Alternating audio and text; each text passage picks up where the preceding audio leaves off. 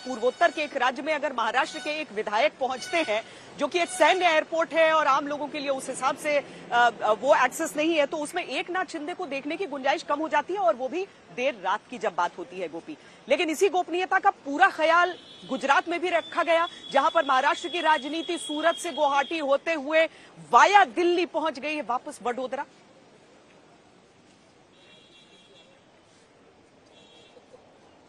बिल्कुल श्वेता, देखिए आप जिस तरीके से ये पूरी राजनीति हो रही है, महाराष्ट्र की राजनीति फिलहाल वाया गुजरात से होती हुई हमें दिख रही है, क्योंकि जब विधायक सूरत पहुंचे थे और सूरत से फिर गुवाहाटी के लिए उड़ान भरी थी, ना सिर्फ एकनाथ शिंदे और उनके साथ जो 40 विधायक थे उन लोगों ने ये उड़ान भरी थी, लेकिन उसके बाद लगातार जो विधायक थे वो मुंबई से डायरेक्टली गुवाहाटी के लिए फ्लाइट नहीं ले रहे थे, वो सीधा पहुंचते थे सड़क के रास्ते सूरत, और सूरत से सीधा यहां से चार्टर फ्लाइट के जरिए वो गुवाहाटी पहुंचते थे।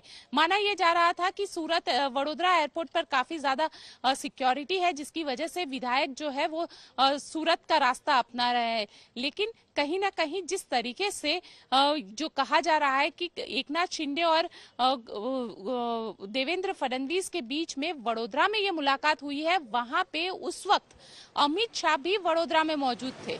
हालांकि मुलाकात तीनों के बीच में हुई है या नहीं ये अभी कह पाना मुश्किल है, लेकिन जब ये मुलाकात हुई है, ये दोनों वहां पे पहुंचे हैं, तो वडोदरा में अमित शाह थे, क्योंकि ये हमारे पास कुछ तस्वीरें भी उनकी सामने आई है कि वो वडोदरा एयरपोर्ट पर पहुंचे और आज सुबह वडोदरा से वो केवड़िया भी गए और वहां पे एक कॉन्फ्रेंस में गृह मंत्री अमित शाह ने हिस्सा लिया।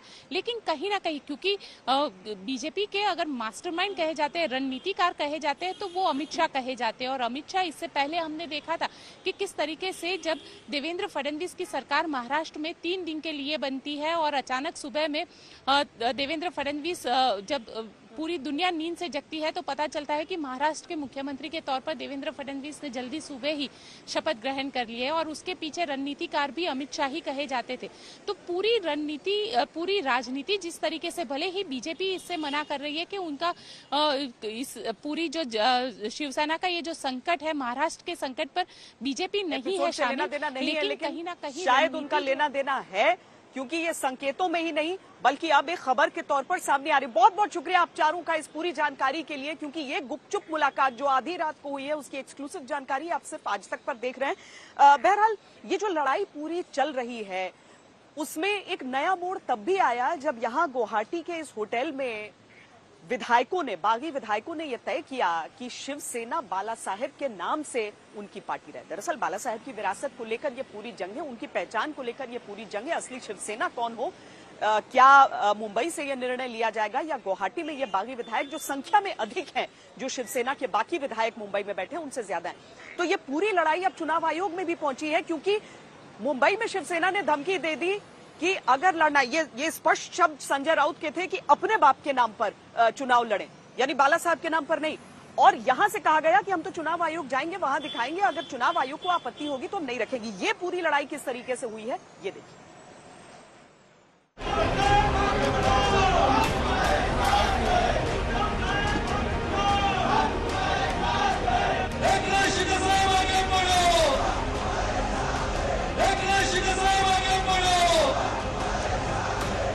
महाराष्ट्र की राजनीतिक जंग अब इस बात पर नहीं है कि सत्ता बचाने के लिए क्या किया जाए। अब ये जंग इस बात पर है कि शिवसेना किसकी है, तीर कमान वाला निशान किसका है और बाला साहेब किसके हैं। 38 बागी विधायकों ने नई पार्टी का ऐलान करके शिवसेना के आला कमान को यह विचार करने पर मजबूर कर दिया कि अब समय कुर्सी के बारे में सोचने का नहीं, पार्टी को बचाने के बारे में सोचने का है। पार्टी बहुत बड़ी है राज्य में और देश में। इस पार्टी को बनाने में हमने खून पसीना बहाया है। बाला साहेब ठाकरे जी हो, उद्धव ठाकरे जी हो, सभी कार्यकर्ता हो, तो ये पार्टी इतनी आसानी से कोई हाईजैक नहीं कर सकता, सोच भी नहीं सकता। मुंबई में शिवसेना भवन महाराष्ट्र की राजनीति का पावर सेंटर होता है, लेकिन आज यहाँ इसी पावर सेंटर के भविष्य से जुड़ा फैसला हो रहा था। इसीलिए शिवसेना पदाधिकारी पार्टी राष्ट्रीय कार्यकारिणी की बैठक में शामिल होने आए थे। जैसे ही यहाँ पर वो पहुंचे थे वैसे ही जबरदस्त यहाँ पर आप स्लोगनिंग जो हो रही थी वो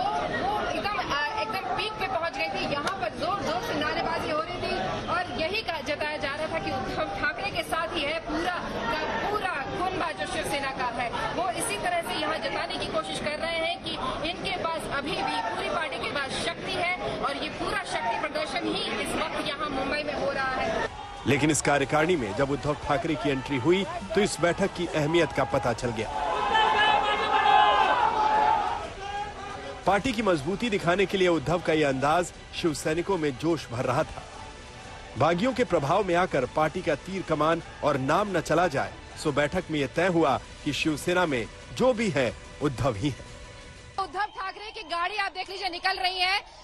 जो हुजूम यहाँ पे आप देख लीजिए लोगों का है वो एक झलक जो अभी भी उद्धव ठाकरे से बात करना चाह रहे हैं, विनती करना चाह रहे हैं। इस वक्त उद्धव ठाकरे अपनी मीटिंग के बाद निकल गए। जो लोग निकले हैं मीटिंग से उन्होंने यही कहा है कि एक मत से सभी लोगों ने उद्धव ठाकरे को निर्णय लेने का अधिकार दे दिया है। इस वक्त उद्धव ठाकरे निकल रहे हैं यहाँ से और साथ ही आप देख लीजिए पूरा जो एस्कॉर्ट है वो उद्धव ठाकरे का इस वक्त बांद्रा की तरफ वापस निकल गया है। कार्यकारिणी की बैठक खत्म होने के बाद संजय राउत ने बागियों के नाम एक सख्त पैगाम भेजा। जो शिवसेना है वो हिंदुहृदय सम्राट शिवसेना प्रमुख बाला साहब ठाकरे जी की है और रहेगी। ये शिवसेना बाला साहब ठाकरे की जो हिंदुत्व की विचारधारा है उस रास्ते से चलेगी। जिस लोगों ने चाहे वो कितनी भी बड़ा हो, नेता हो, मंत्री हो, जिसने शिवसेना के साथ गद्दारी या बेईमानी की है उनके ऊपर कठोर कार्रवाई करने के सर्वाधिकार हमने एक रेजोल्यूशन के नाते उद्धव ठाकरे साहब को दिए है और जल्द ही उसके ऊपर अमल हो, ये इस रेजोल्यूशन में कहा है। दूसरा रेजोल्यूशन नंबर 6 उसमें हमने कहा है बाला साहब ठाकरे का नाम अगर कोई अपने राजनीतिक स्वार्थ के लिए यूज करता है वो हमें मंजूर नहीं। उद्धव ठाकरे जी ने एक बहुत बड़ा स्टेटमेंट दिया है, अगर जो छोड़कर गए हैं वो लोग शिवसेना का नाम से भीख मत मांगे और अगर वोट मांगते हैं तो अपने खुद के बाप के नाम पर मांगे। शिवसेना के बाप, हमारे बाप बाला साहब ठाकरे के नाम पर मत मांगने का आपको अधिकार नहीं। आप अपने बाप के नाम से वोट मांग सकते हैं। शिवसेना के वो नेता जो बागी नहीं है ईमानदारी के साथ ये मान रहे हैं कि उनके नेता उद्धव है, लेकिन जो बागी है वो पूरी ईमानदारी के साथ एकनाथ शिंदे के साथ खड़े हैं। इसीलिए सभी ने मिलकर डिप्टी स्पीकर के खिलाफ अविश्वास प्रस्ताव ईमेल किया था, जिसे खारिज कर दिया गया। और इसके बाद अब डिप्टी स्पीकर ने 16 बागी विधायकों को नोटिस भेजकर सोमवार शाम तक जवाब मांगा है। जो हम लोग ने पिटीशन फाइल की थी उसी के ऊपर सोमवार को 5:30 बजे स्पीकर महोदय के सामने सारे 16 बागी जो विधायक है शिवसेना के उनको आना पड़ेगा और उनकी बाजू उनको यहाँ इन पर्सन आके बोलनी पड़ेगी। देखा जाए तो महाराष्ट्र में सत्ता की लड़ाई पार्टी के अस्तित्व की लड़ाई बन गई है। इस लड़ाई में शिवसेना के ही 2 गुट हैं, एक वो जो उद्धव के साथ है और दूसरे वो जो बागी हो गए। साम दाम दंड भेद हर वो तरीका अपनाए जाने की कोशिश हो रही है कि जिससे बागियों को वापस लाया जा सके। मुंबई से विद्या, मौसमी सिंह के साथ आज तक ब्यूरो। एक समय था जब शिवसेना में एक ही सबसे बड़ा नाम था, एक ही पहचान थी और वो थे बाला साहब ठाकरे। यूं कहें कि आज भी वही है और उन्हीं के नाम की ये पूरी लड़ाई चल रही है। लेकिन इस नाम की लड़ाई किस रूप में चल रही है वो हम आपको दिखाते हैं। जो लड़ाई अब बागी विधायकों और मुंबई में शिवसेना के बाकी विधायकों के बीच एक तरह से छिड़ गई है। स्थिति यह है कि पार्टी के निशान और बाला साहब के नाम को लेकर जंग चल रही है। एक समय था जब शिवसेना एक ही गुट था, लेकिन अब शिवसेना में 2 गुट हैं। दोनों गुटों का दावा बाला साहब से प्रेरणा लेकर आगे बढ़ रहे हैं। किसी राजनीतिक पार्टी पर अधिकार को परिभाषित 2 तरह से किया जा सकता है। पहली जगह है विधानसभा। जब विधानसभा सत्र चल रहा हो उस समय स्पीकर के फैसले पर यह निर्भर होता है, लेकिन महाराष्ट्र में विधानसभा सत्र नहीं चल रहा है। ऐसी स्थिति में चुनाव आयोग के पास यह अधिकार होता है कि वो ये तय करे कि पार्टी किसकी है। चुनाव आयोग के पास किसी राजनीतिक पार्टी के बंटवारे और मालिकाना हक को बताने का सवाल हो तो इसके लिए वो 4 बातों का ध्यान रखता है। पहला पॉइंट है पार्टी का संविधान क्या है। पार्टी संविधान के आधार पर चुनाव आयोग कैलकुलेशन करता है। दूसरा पॉइंट यह है कि विधायकों और सांसदों का समर्थन किसे है, मतलब ये कि पार्टी से जुड़े किस नेता के पास कितने विधायक या सांसद हैं। तीसरा पॉइंट यह है कि संगठन के नेताओं, पदाधिकारियों और प्रतिनिधियों का समर्थन किसे मिला हुआ है। संख्या बल एक बड़ा आधार बनता है जिस पर चुनाव आयोग निर्णय ले सकता है।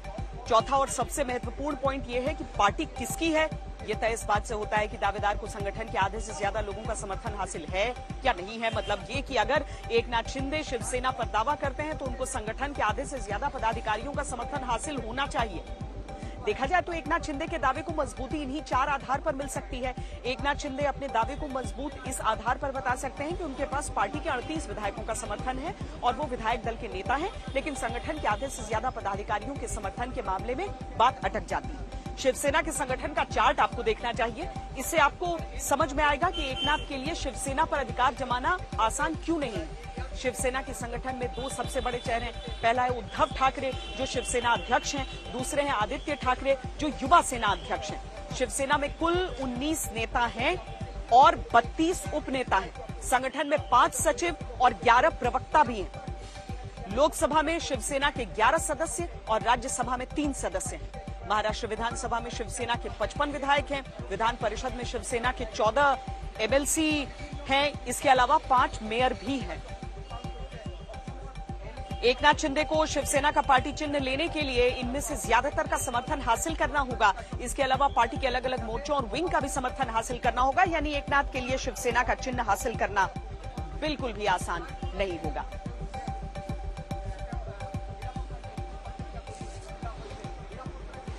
इस बीच आपको यह भी दिखाते हैं कि हिंसा किस तरीके से आज भड़की। संजय राउत ने किस तरीके से एक बयान दिया जिसमें आग लगने की आशंका उन्होंने जाहिर की और उसके बाद जो बागी विधायक हैं उनके दफ्तरों में किस तरह की तोड़फोड़ की। अगर ये लोग भड़क गए तो आग लग जाएगी। तो लीजिए, लग गई आग। पार्टी का हाईजैक करने का कोशिश करेंगे तो तलवार को तलवार भिड़ेंगी, बंदूक को बंदूक।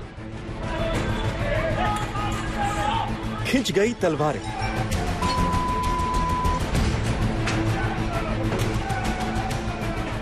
गुस्सा है, गुस्सा रहेगा और गुस्सा रहना भी चाहिए।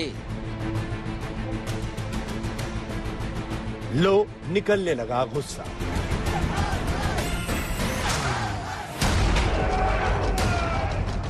शिवसैनिक तो तैयार बैठे थे, बस इशारे का इंतजार था और जैसे ही इशारा मिला शिवसैनिकों ने अपने चिर परिचित अंदाज में बागी विधायकों को समझाना शुरू कर दिया।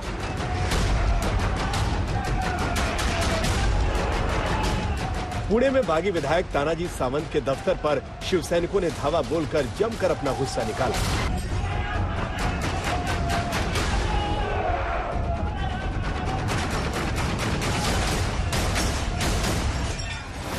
उल्लासनगर में एकनाथ शिंदे के बेटे और सांसद श्रीकांत शिंदे के दफ्तर पर खूब जमकर भड़ास निकाली। जगह जगह पोस्टरों में दिख रहे एकनाथ शिंदे और बागी विधायकों के चेहरों पर कालिख पोत दी गई।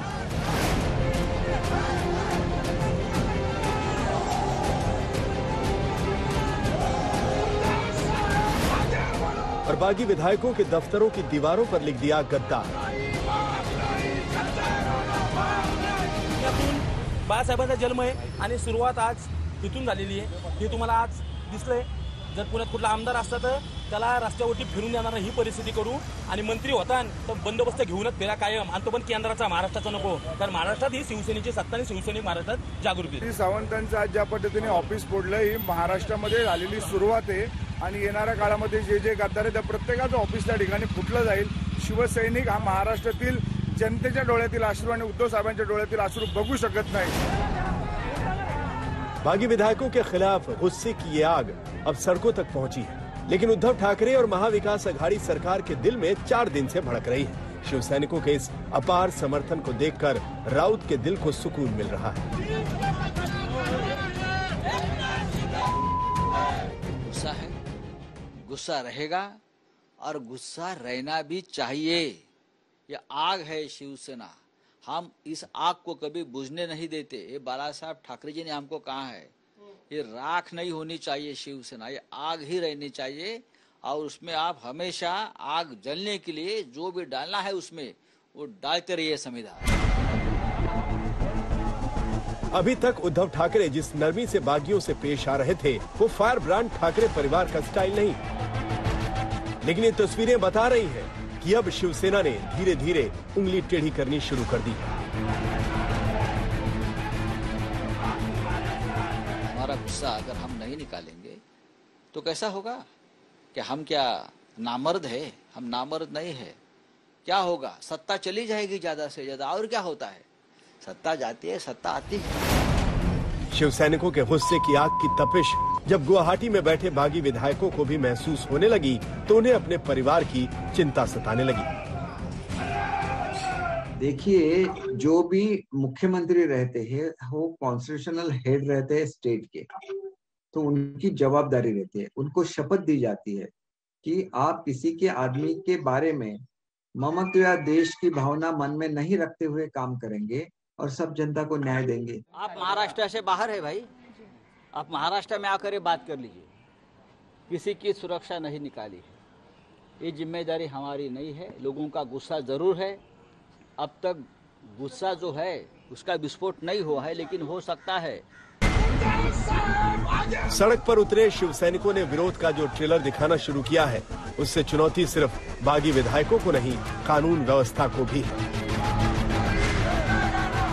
मुंबई पुलिस की जो सिक्योरिटी है वो बढ़ा दी गई है। हर जगह पे थाने हो या बाकी जगह पे जहां जहां से शिवसेना के एमएलएज इस वक्त गुवाहाटी में है वहां पर सिक्योरिटी बढ़ा दी गई है। कहीं पे 144 के जो ऑर्डर्स हैं वो भी दे दिए गए हैं ताकि किसी भी तरीके का लॉ एंड ऑर्डर सिचुएशन ना हो। लेकिन सबसे बड़ा बात यही रहेगी कि अब इन बागी एमएलएज के खिलाफ शिवसेना क्या कदम उठाती है। कैमरा पर्सन समीर शानबाग के साथ मुस्तफा शेख, आज तक।